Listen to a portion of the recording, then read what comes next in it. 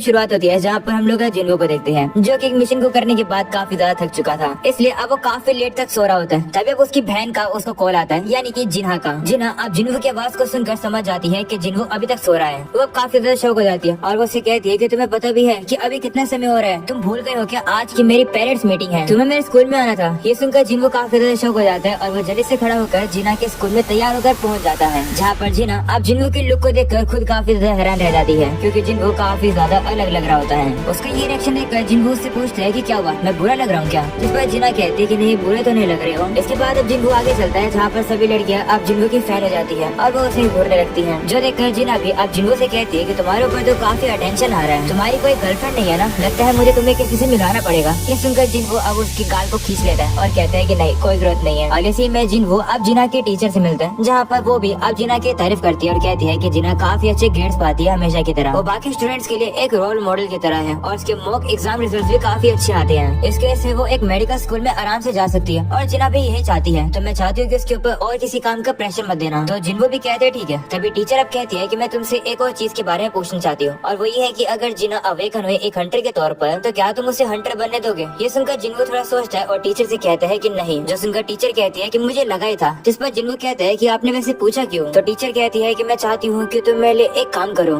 इसी में अब हम लोग को सॉन्ग का दिखाया जाता है, जो कि एक बिल्डिंग से बाहर निकलती है और वो देखती है कि जिन्हो बाहर खड़ा होता है। जिन्हो को देखकर उसे याद आता है कि जिन्हो तो वही है जिसके साथ वो पहले भी रेड बैटल में जा चुकी है। वो कंफ्यूज हो जाती है कि आखिर ये यहाँ क्या कर रहा है। तभी जिन्हो अब उसे अपनी और जिन्हा की पिक्चर दिखाता है। वो उसे कहता है कि क्या तुम जिन्हा को पहचानती हो? वहीं पर सॉन्ग जो कि जिन्हा की दोस्त है, वो भी अब उसे पहचान जाती है और अब वो जिन्हो से कहती है कि क्या तुम जिन्हा के बड़े भाई हो? इस पर जिन्हो भी कहता है हाँ। ये सुनकर सॉन्ग अब समझ जाती है कि आखिर जिन्हो यहाँ पर क्यों आया है और अब वो उससे कहती है कि मुझे नहीं पता कि हमारे टीचर ने तुमसे क्या कहा है, पर मैं वापस स्कूल नहीं जाऊंगी और हंटिंग को क्विट नहीं करूंगी। तो जिन्हो उसे कहता है कि तुम एक ई रैंक की हंटर हो, तुम अगर ऐसे जियोगे तो तुम ज्यादा पैसे नहीं कमा पाओगी, तुमने सिर्फ एक ही बार पैसे कमाए थे और वो भी हमारी स्ट्राइक टीम के साथ। इस पर सॉन्ग अब कहती है कि अगर तुम मुझे लेक्चर करने आए हो तो तुम यहाँ से चले जाओ। तो जिन्हो उसे कहता है कि मैं तुम्हें यहाँ पर रोकने के लिए नहीं आया हूँ। इसके बाद अब अगले सीन में हम लोग को दिखाया जाता है कि हुआंग डोंगसो जो कि अमेरिका में था, वो फाइनली यहाँ पर आ चुका है और अब उससे मिलने के लिए जिनचुल वहाँ पर आया है। ये देखकर डोंगसो भी हैरान हो जाता है और कहता है कि हंटर एसोसिएशन का मैनेजर मुझसे मिलने के लिए आया है। तो जिनचुल अब उसे कहता है कि तुम यहाँ पर कितने समय के लिए रहोगे? जिस पर डोंगसो कहता है कि मुझे कंट्री वैसे भी अच्छी नहीं लगती है, तो मैं ज्यादा समय के लिए नहीं रहूंगा। तो जिनचुल कहता है कि क्या तुम सेम में अपने होमलैंड में वापस इसलिए आए हो ताकि तुम उन दोनों को ढूंढ सको? जिस पर डोंगसो कहता है कि तुम्हें आंसर पता ही है, तो तुम पूछ क्यों रहे हो? तुम सर्वेलेंस टीम के अंदर हो, तुम्हें पता तो होना ही चाहिए कि आखिरकार मैं उस ई रैंक और डी रैंक के हंटर के साथ डंजन में जाकर क्या करने वाला हूँ, और मुझे पता है कि तुम इतने भी बेवकूफ नहीं हो कि तुम मुझे रोकने आए हो। ऐसा होने के बाद अब डोंगसो अपनी पावर का यूज करके जिनचुल को डराने लगता है, जिस पर जिनचुल कहता है कि मैं तो बस अपनी जॉब करना चाहता हूँ। ये सुनकर डोंगसो भी अब वहाँ से चला जाता है और ऐसे में हम लोग को चोए को दिखाया जाता है, जो कि अब प्रेसिडेंट घोष से कहता है कि जो वो एंट मोशन है उनके अब पंख भी आ चुके हैं, यानी कि वो उड़ भी सकती है, लेकिन सिर्फ शॉर्ट डिस्टेंस के लिए। अभी के लिए तो हमें इतना ही पता चला है, क्या पता वो बाद में ज्यादा उड़ने लग जाएं। जिस पर गो कहता है कि ठीक है, अरेंजमेंट करो और इसको पूरा अच्छे से पता लगाओ। जिस पर चोय भी कहते हैं ठीक है। और इसी में अब जिन्हो को वापस से दिखाया जाता है, जो कि मैनेजर आहन और ह्यूंग से मिलता है। आहन भी अब जिन्हो को देखकर कहता है कि काफी समय बाद मिल रहे हैं, मुझे लगा नहीं था कि तुम हमें कांटेक्ट करोगे। तभी वहाँ सॉन्ग भी आ जाती है। उसे देख आहन कहती है कि मुझे याद आया, तुम तो उसी दिन आई थी ना बस रेड बैटल में। तो सॉन्ग भी कहती है हाँ। वहीं जिन्हो अब उन लोगों से कहता है कि माफ करना कि मैं थोड़ा बोझ बढ़ा रहा हूँ और मैं चाहता हूँ कि मैं इस लड़की को थोड़ी ट्रेनिंग दूं। जिस पर वो लोग कहते हैं कोई बात नहीं, हमें पता है कि तुम आराम से इसे हैंडल कर लोगे, तुम्हारी टाइमिंग वैसे भी सही है। आज सुबह सुबह ही ये सी रैंक का डंजन खुला है। उन लोग को बातें करते हुए देख एक बंदा वहाँ पर आ जाता है और लोगों से कहता है कि तुम लोग कितनी बात करोगे। हमें अब पता चलता है कि इस बंदे का नाम है किमचो और ये एक ए रैंक का टैंकर है।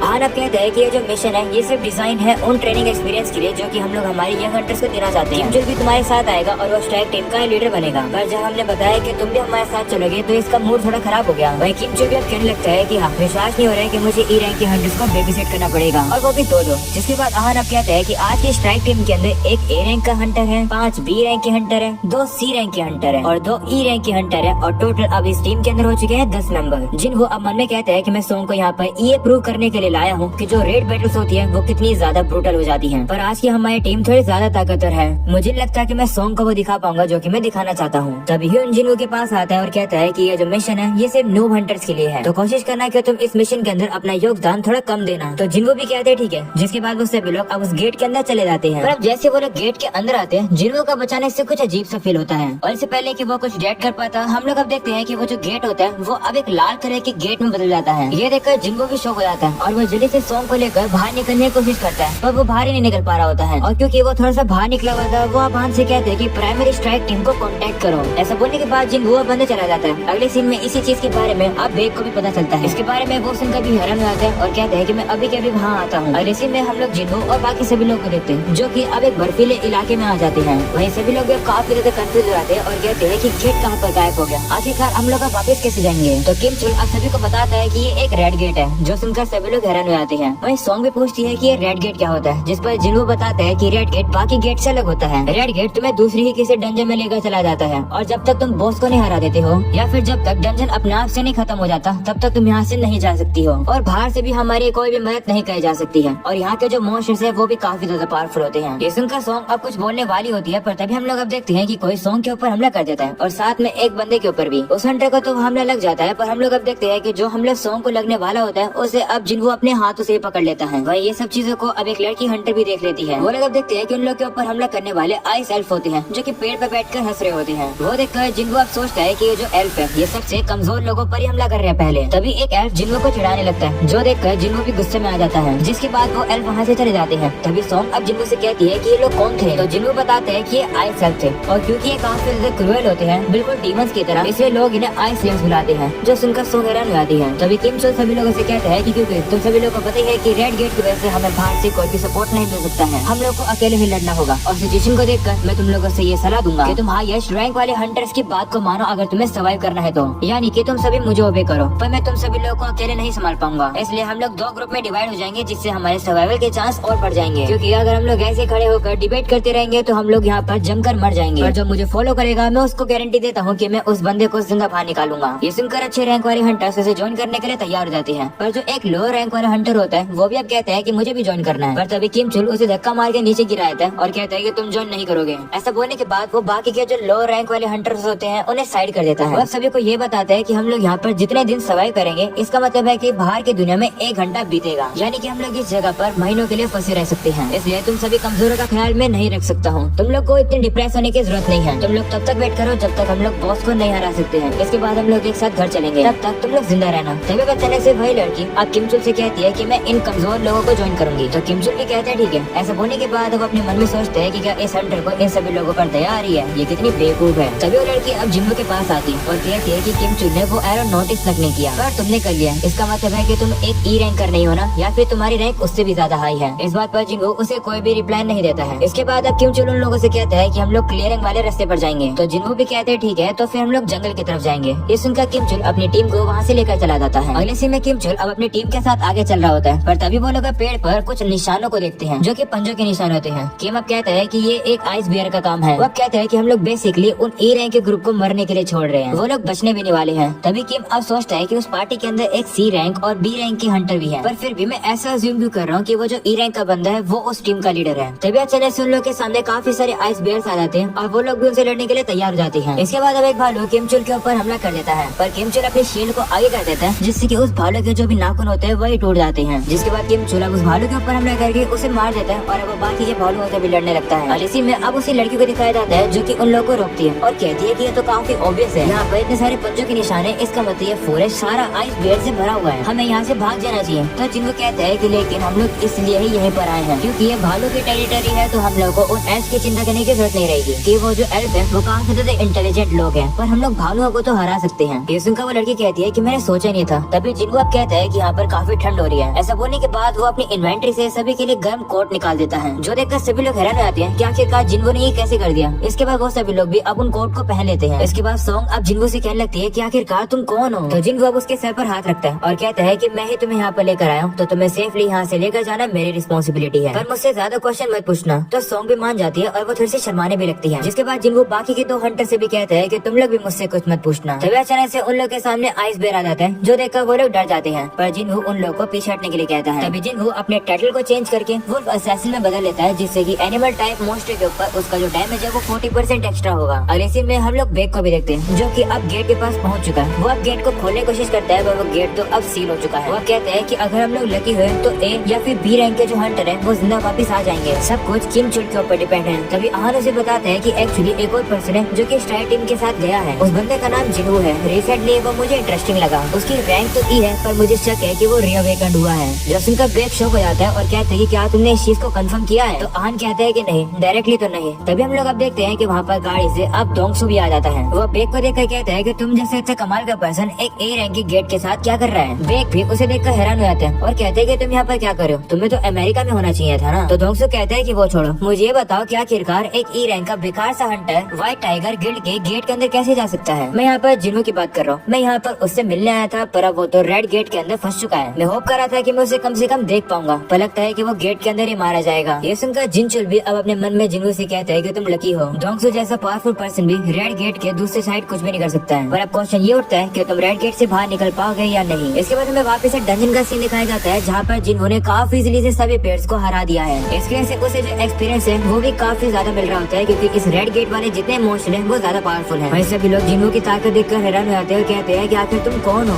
जिस पर जिन्हो अब भी कोई रिप्लाई नहीं देता है। अब इसी में वो सभी लोग अब बेयर के मीट को खा रहे होते हैं। वो लोग अब इसी चीज के बारे में बात कर रहे होते हैं कि किस तरीके से जिन्हो ने सभी भालुओं को अकेले ही हरा दिया। वहीं सोन कहती है कि जिन्हो अभी भी लड़ने गया हुआ है, वो कितना ज्यादा अजीब है। अगले सीन में जिन्हो अब भालुओं की काफी बड़ी केव के पास ही आ जाता है, जहाँ वो देखता है कि सामने से जितने भालू है वो बहुत ही ज्यादा है। जिन्हें देखकर जिन्हो कहता है कि तुम लोग भी ज्यादा हो, तो चलो मैं भी अपने आप को ज्यादा बना लेता हूँ। ऐसा बोलने के बाद जिन्हो शैडो मोनार्क आर्मी और इग्रिस को सभी को बाहर निकाल लेता है उन भालुओं से लड़ने के लिए। वह उन सभी लोगों से कहते हैं कि तुम सभी की पहली जॉब है। हम लोग अब देखते हैं कि अब जिन्हो की सारी आर्मी जाती है और अब उन भालुओं के ऊपर हमला करके उन्हें हराने लगती है। वो सभी लोग अब लड़े रहे होते हैं, पर तभी जिन्हो नोटिस करते हैं कि उसका जो एमपी है वो काफी तेजी से जा रहा है। इतना उसने एक्सपेक्ट नहीं किया था। तभी वहाँ पर इन सभी भालुओं का लीडर भी आ जाता है, जो कि हमला करके शैडो मोनार्क आर्मी के ऊपर भारी पड़ रहा होता है। वो लोग अब अपनी पूरी ताकत लगा देते हैं और जिन्हो का सारा एमपी भी खत्म कर देते हैं, पर फिर भी वो लोग उस भालू को नहीं हरा पाते। ऐसे जिन्हो के पास बिल्कुल भी माना नहीं बचता है शैडो सोल्जर्स को वापस से समन करने का। इसलिए जिन्हो इग्रिस को भेजता है उस भालू को हराने के लिए। इसके बाद वो भालू भी अब इग्रिस से लड़ने के लिए तैयार हो जाता है। उन लोगों की बैटल अब काफी ज्यादा खतरनाक चलती है।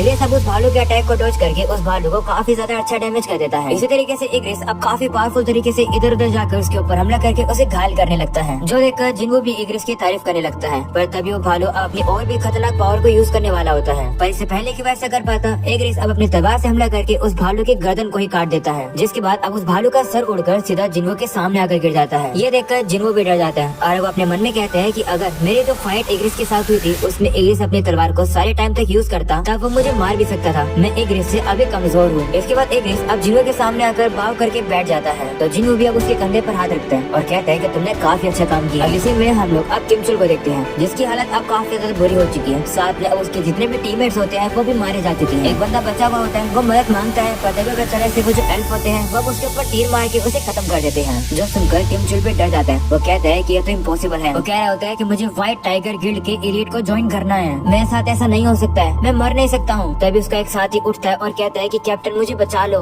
वो जैसे ये बात बोलता है तभी वहाँ पर एक आइस एल्फ आता है और अब उस बंदे के ऊपर हमला करके उसे मार देता है और अब वो काफी ज्यादा खतरनाक तरीके से किमचुल को देखने लगता है, जो देखकर किमचुल भी काफी ज्यादा डर जाता है और अब वो डर के मारे वहाँ से भाग ही जाता है। और अब उसे वहाँ से भागता हुआ आइस एल्फ का लीडर भी वहाँ से देख रहा होता है। और अब यही हो जाता है ये एपिसोड का। सब्सक्राइब किए बिना मत जाना।